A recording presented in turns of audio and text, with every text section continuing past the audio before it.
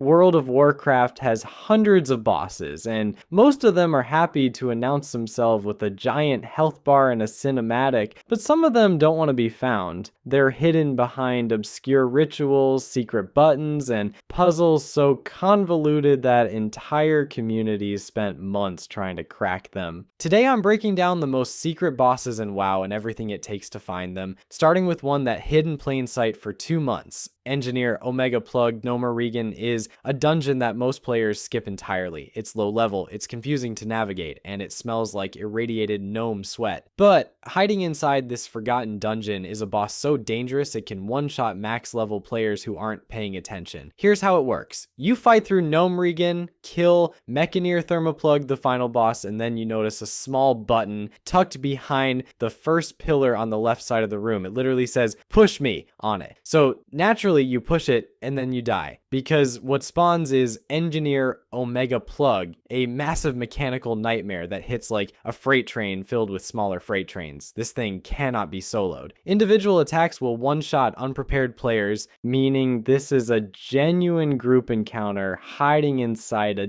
dungeon designed for level 30 characters. That's like finding a loaded bear trap inside a children's ball pit. Before pulling, you need to deactivate bombs scattered around the arena by clicking 6 large red buttons in counterclockwise order. Miss one and the bombs go off during the fight, which is, not ideal. The fight itself is relentless. Omega Plug cycles through overlapping mechanics, demanding constant movement. Dodge missiles, dispel the static debuff before it stacks into a death sentence, and navigate 4 different Electro Jolt variants covering zones in circles, cones, semicircles, and straight lines. You're playing a bullet hell game inside a dungeon most people forgot existed, and here's the kicker: below 50% health, Omega Plug casts maximum repair, which heals him back to full if nobody interrupts it. All your progress gone just like that. Cool. The wildest part isn't even the fight. Omega Plug was added during the Legion expansion, and nobody found him for nearly 2 months. Thousands of players running through Regan every week, and not a single person thought to click the joke button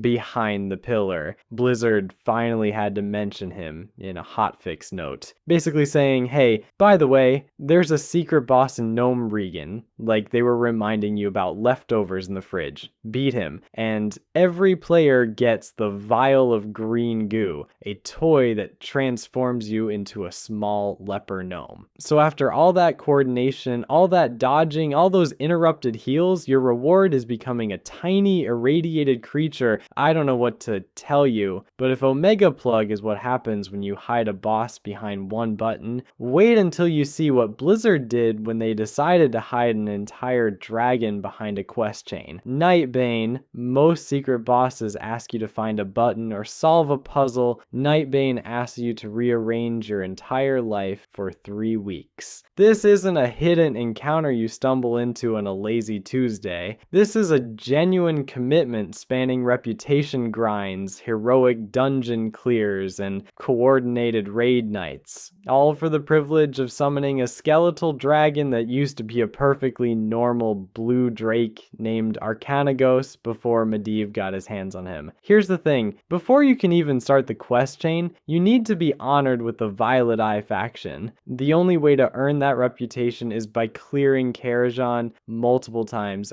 You're running the same raid over and over, slowly watching that reputation bar crawl upward like it's being dragged through cement. Once you finally hit honored Archmage Alturas, who's been standing outside Karajan this whole time doing absolutely nothing useful, suddenly decides you're worthy of a conversation. The quest chain itself is a tour of Burning Crusade content. You fight through Karajan to the Shade of Aran, kill him, loot Medivh's journal, cool, but then the chain sends you into 2 specific Outland heroic dungeons, Shattered Halls and Sathek Halls, each requiring an attunement component you cannot skip. Both dungeons require their own reputation grinds just to access on heroic difficulty. So you're grinding reputation to unlock a quest chain that requires you to grind more reputation. It's reputation all the way down. Once you've assembled every component and probably lost a few friends to scheduling conflicts,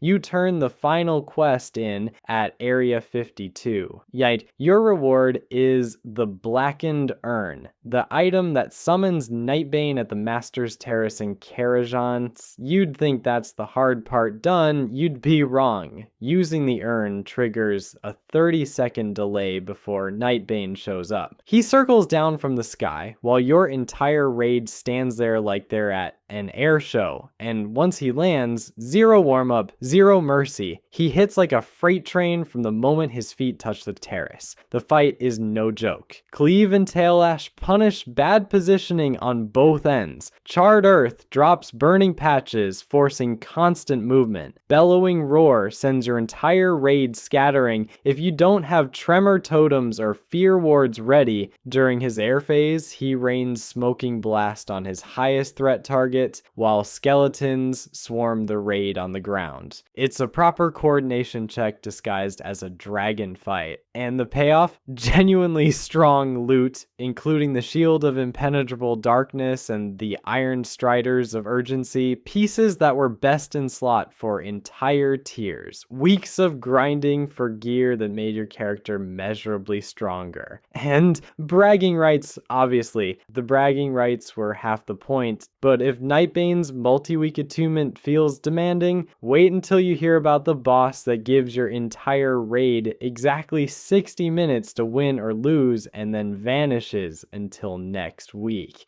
Algalon, the Observer. Most secret bosses in World of Warcraft are hidden behind obscure buttons, buried quest chains, or community-wide scavenger hunts. Algalon, the Observer, is different. You don't stumble into this fight, you earn the right to even see it. Algalon is a constellar, a cosmic entity assigned by the Titan Pantheon to monitor Azeroth. His entire job is to determine whether the planet is still worth keeping around. If he decides it isn't, he sends a signal called Reply Code Omega, and the Titans wipe everything clean. Every race, every city, every player character, gone. So naturally, Blizzard stuck him at the back of Ulduar and said good luck, but here's the thing. You can't just walk into the Celestial Planetarium and pick a fight with the guy who holds the planet's delete button. First, your raid needs to obtain the Celestial Planetarium key, and getting that key requires completing 5 separate hard mode encounters: Hodir, Freya, Thorim, Mimiron, and the Assembly of Iron. Each one has specific challenge conditions that transform an already difficult boss into something significantly worse. Mimiron's hard mode, for example, literally sets the entire room on fire while you're trying to manage a 4-phase mechanical nightmare. Freya's hard mode requires you to leave all 3 of her elders alive, which triples the mechanics happening at any given moment. We're talking weeks of progression just to unlock the door. Your guild has to master the normal versions of these fights, then go back and do them again under harder conditions, all while keeping 25 people alive and coordinated. And then once you finally get the key, Algalon hits you with one more restriction. You have exactly 60 minutes to kill him, not 60 minutes per attempt. 60 minutes total. Once you engage the encounter for the first time, a 1-hour despawn timer starts. And when that timer runs out, Algalon vanishes for the entire lockout period. That's it. You get 1 hour per week to learn, wipe, recover, and execute. If your raid falls apart on pull number 3,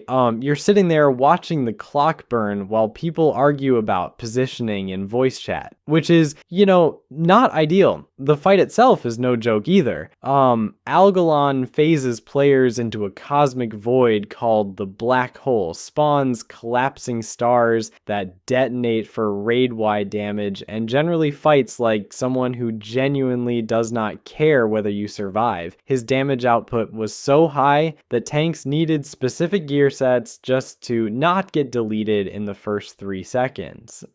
Healers had to manage constant raid-wide ticking damage while also keeping the tank from evaporating, and if a single collapsing star went unmanaged, the whole attempt was basically over. The first guild to defeat Algalon on 25-player mode was Insidia, and they did it in April 2009, just days after Ulduar launched. But for the vast majority of raiding guilds, this fight ate up weeks of that precious 60-minute window. Some guilds never killed him at all before the next tier made the encounter irrelevant. What makes Algalon genuinely special is the narrative payoff. After you defeat him, he doesn't just die. No, he stops. He reconsiders his assessment of Azeroth, and instead of sending reply code Omega, he transmits reply code Alpha, essentially telling the Titans that life on Azeroth is worth preserving. The guy who was about to delete the planet changes his mind because you punched him hard enough. And honestly, that's the most World of Warcraft thing that has ever happened. And Kosamoth the Hungering. Up until now, every secret boss we've covered has lived inside a dungeon or a raid. Kosamoth the Hungering threw that entire concept out the window. This is a world boss sitting in the non-instanced Eye of Azshara, and the rewards it offers, the Fathom Dweller mount and the Hungering Claw pet, don't even drop from the boss itself. You kill Kosamoth and get nothing. The loot comes from a world quest that only appears after you complete one of the most tedious scavenger hunts in the entire game. Here's how it starts. On the Broken Shore, there's an orc NPC named Drakthul standing at a table, clearly performing some kind of ritual. Most players walk right past him. The ones who don't click on him once, get a generic line of dialogue, and then walk right past him. But if you keep talking to him, he's exhausting every dialogue option through repeated interactions. He eventually acknowledges you, not enthusiastically, more like a guy who's tired of you breathing near him. From there, you travel to Feldus Cavern, find a mound of dirt, and click it for a weathered relic. Bring it back to Drakthul. He thanks you for freeing him from whispers, which is, not ominous at all. And then the real nightmare begins. The core mechanic is clicking 10 hidden hungering orbs scattered across the Broken Isles in precise sequential order. Not find all 10 and click them whenever you want order, exact, numbered. If you click the wrong one, nothing happens order, and each orb has a cooldown timer between 20 minutes and 1 hour. So if you show up to orb number 4 and someone clicked it 12 minutes ago, you just stand there in a cave waiting like a very dedicated stalker with nowhere else to be. The locations are deliberately miserable. One sits in Stormheim inside a cave guarded by a powerful undead mob that would love nothing more than to rearrange your skeleton. Another is behind an arcane servitor in Val Shara, accessible only by hopping across rocks like some kind of fantasy parkour enthusiast. One is underwater on the Broken Shore, dodging damage-dealing geysers. Another requires swimming directly beneath a toothless great white shark. Because of course it does, but the 9th orb is where the design gets genuinely cruel. It's inside a shipwreck in the Eye of Azshara. Not on the shipwreck, inside it. You navigate through interior corridors, squeeze through tight passages, descend into a cave behind kelp growths, and find the orb wedged between stalagmites. If you've ever wanted to experience claustrophobia in a video game, congratulations, Blizzard built it for you. The 10th and final orb appears directly on Drakthul's table, the exact spot where this entire chain began. You click it, a world quest spawns to kill Kosamoth. And after all of that, you'd think the game would hand you the mount and a formal apology. It does not. The world quest reward rotates on a 2-week cycle. 1 week, it's the mount. The next, it's the pet. So if you spent 6 hours navigating shark-infested waters and clicking orbs in sequential order, only to discover it's a pet week, you get to wait 14 days. And if you want both rewards, you're looking at a minimum of 4 weeks, assuming you don't miss a cycle. Kosamoth doesn't just test your knowledge of the Broken Isles, it tests your patience as a human being. But if you think hunting 10 orbs across an ocean is bad, wait until you hear about the secret that requires 13 pebbles, a demonic goat, and a friend who owns a very specific ghost child. BAAL, 10 days. That's how long the World of Warcraft secret hunting community spent trying to crack this one. Thousands of players coordinating across Discord servers and Reddit threads, data mining files, testing every obscure interaction they could think of. And for 10 days, a tiny demon goat defeated all of them. Baal is a battle pet. That's the reward. A small demonic goat with glowing eyes and a signature ability called Murder the Innocent, which instantly kills your opponent's active pet. No damage calculation, no counterplay, just death. But getting to the point where you even have the privilege of watching your pets get massacred requires completing one of the most absurd scavenger hunts ever designed in an MMO. It starts with a conspicuous note sitting on Takulu Bridge in Nazmir. You can't just walk up to it either. You have to approach from the northwest and jump across the ledges to reach the bridge's face where the note is tucked away. Most players have crossed this bridge hundreds of times without knowing it existed.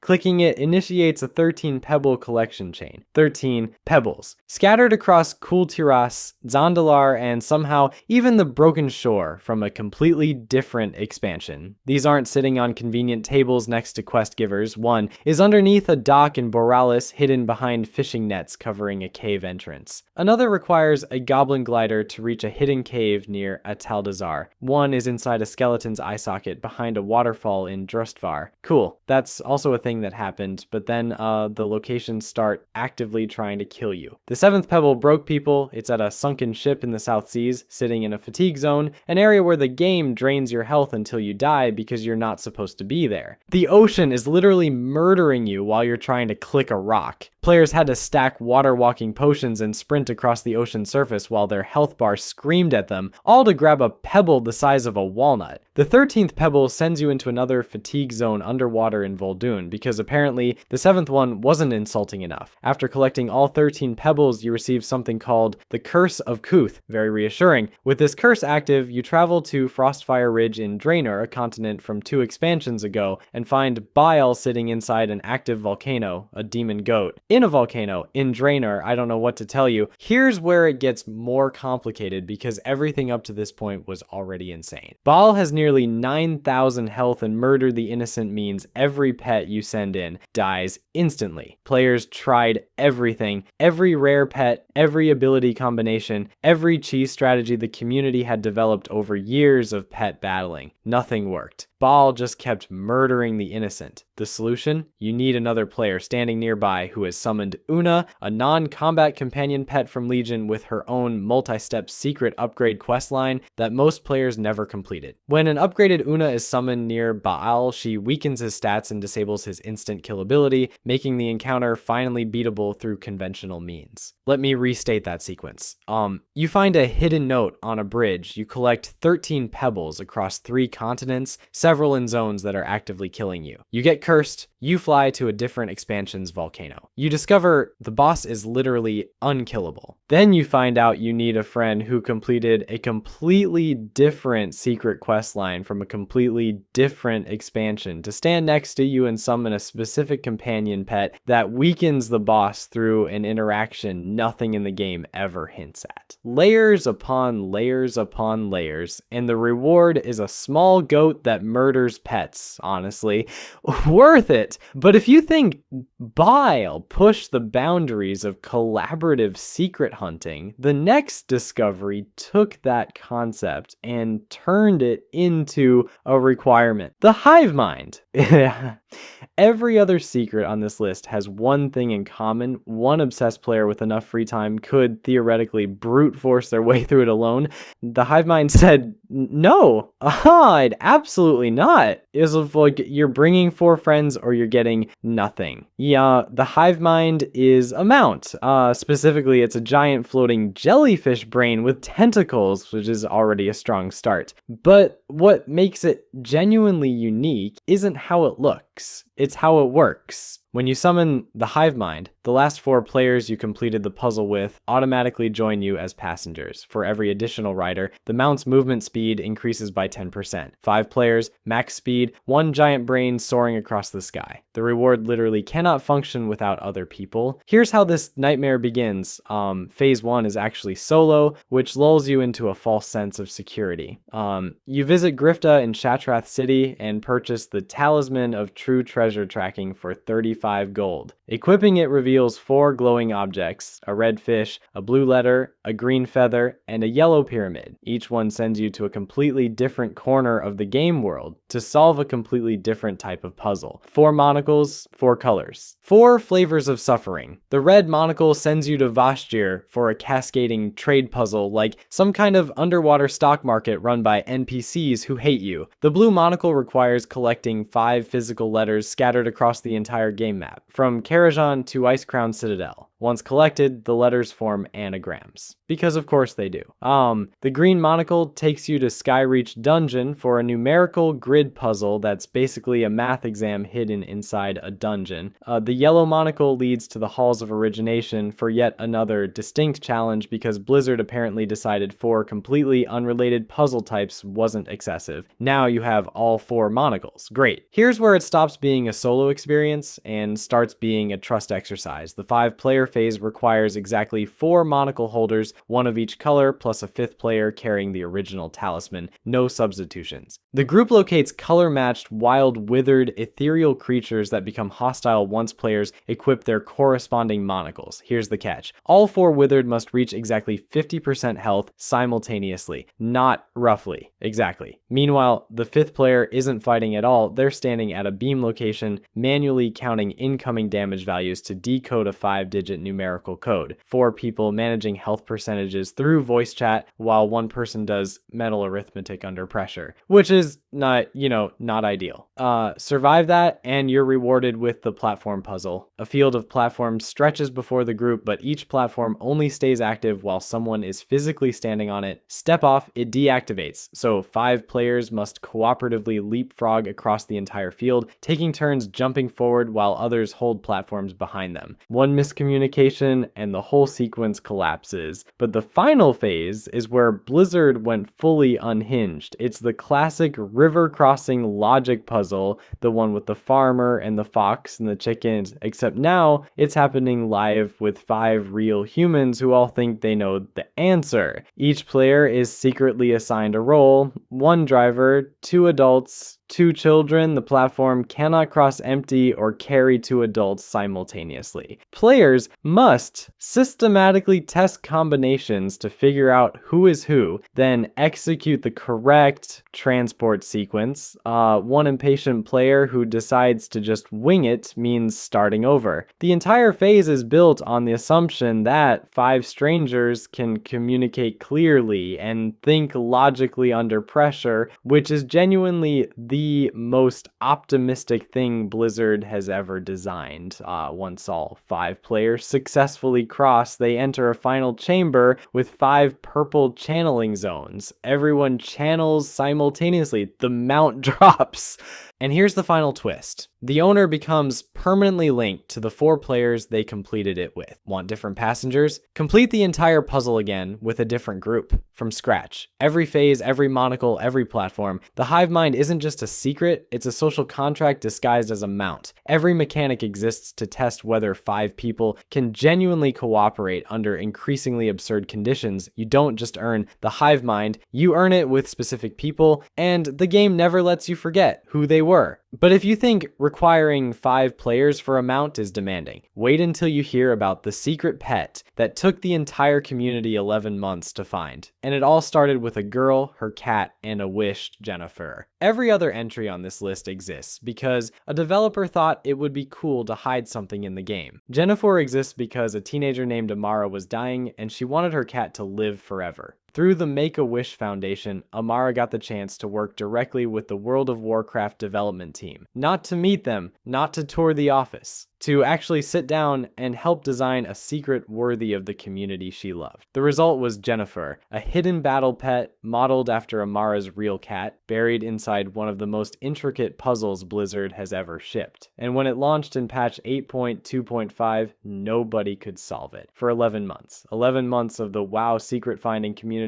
the same people who cracked Baal and the Hive Mind, throwing themselves at this puzzle and getting absolutely nowhere. That alone should tell you how carefully this thing was constructed. But let me walk you through it, because the mechanics are genuinely wild. It starts quietly. In Ashenvale, you find a character named Amara Lunastar standing alone. She tells you her cat has gone missing. You select I will keep an eye out for it, and that's it. No quest marker, no breadcrumb trail, no minimap indicator pointing you toward the next step. Just a promise to a girl in a forest. If you're paying attention, you might visit Dani Anthania in Elwyn Forest next. She's the cat lady NPC, lives in a house full of felines, but there's one detail that doesn't belong. An empty food dish sitting on the floor. No cat eating from it, just an empty bowl. The implication is simple. Wherever this missing cat ended up, it's hungry. Now here's where it gets complicated. The actual puzzle takes place inside Return to Karajan, the Legion-era dungeon, and the task sounds straightforward on paper. Collect 8 specific food items scattered throughout the dungeon and place them on tiles in the opera hall. 2 juicy drumsticks, 2 marbled steaks, 2 fishy bits, 1 meaty morsel, 1 slathered rib, 8 items total. Except the dungeon contains 79 distinct food and drink objects spread across every area. 79. And you need exactly 8 specific ones from that pile. That's already a needle in a haystack situation. But here's the part that made the community lose their minds. Every food item you pick up vanishes from your inventory after 5 minutes. 5 minutes to navigate a full dungeon, locate the correct items among 79 possibilities, and get them to the opera hall before they disappear. You can't stockpile, you can't take your time, you grab what you need and you run. But collecting the food isn't even the real puzzle. Placing it is. The opera hall floor has specific tiles and the food must be arranged in a precise pattern. Not random, not trial and error. The placement follows a musical cipher. When you get every item on the correct tile in the correct position, the food plays a melody. A real composed piece of music called Amara's Wish. A haunting, delicate song written specifically for this moment by the development team. For a girl who would never hear it in person, that's the solve condition, not a boss dying, not a health bar reaching 0. A song playing. When Amara's Wish fills the opera hall, Jennifer materializes in the left corner of the room. Sparkle effects, congratulatory music, a small, chunky cat sitting there like she's been waiting for someone to finally figure it out. You walk over, interact with her, and she's yours, permanently added to your collection. The puzzle was ultimately cracked with help from a secret finding specialist named Paul, and critically from clues that Amara herself had provided before her passing. She didn't just design the secret, she left breadcrumbs for the community to follow after she was gone. The girl who loved this game enough to spend her wish on it made sure the players she loved would eventually find what she'd hidden. I don't really have a joke for that. Sometimes a secret is just beautiful and sad and exactly what it's supposed to be. A teenager put her cat in her favorite game. The developers built a puzzle around it that respected both the community's intelligence and the weight of what they were honoring. And 11 months later, a song played in an empty opera hall and a little cat appeared. That's Jennifer. If you enjoyed this video and want to see more, click the video on the screen now.